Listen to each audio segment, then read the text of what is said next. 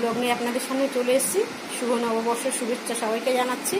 তা চলুন আজকে হালখাতা করতে যাব, কি কি পাই আপনাদের সঙ্গে শেয়ার করব। আর এইটা দিয়েছে আমার মেয়ে পয়লা বৈশাখে আমাকে, আর ছেলেকে দিয়েছে এই যে গেঞ্জি প্যান্ট, ওর বাবাকে দিয়েছে গেঞ্জি, ওর বাবা পরে মানে মার্কেটিং করতে গেছে।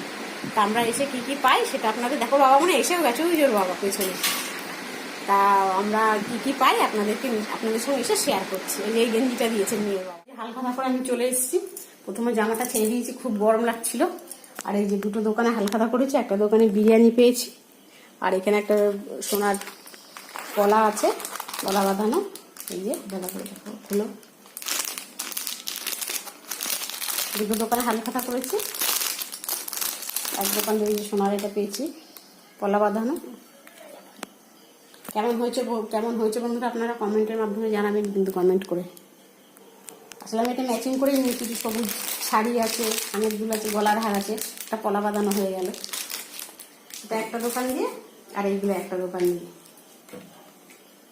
শনপাপড়ি আছে এটা, আর এখানে লাড্ডু আর কি ঝুড়ি ভাজা মনে হয় এটা। টাটা বন্ধুরা।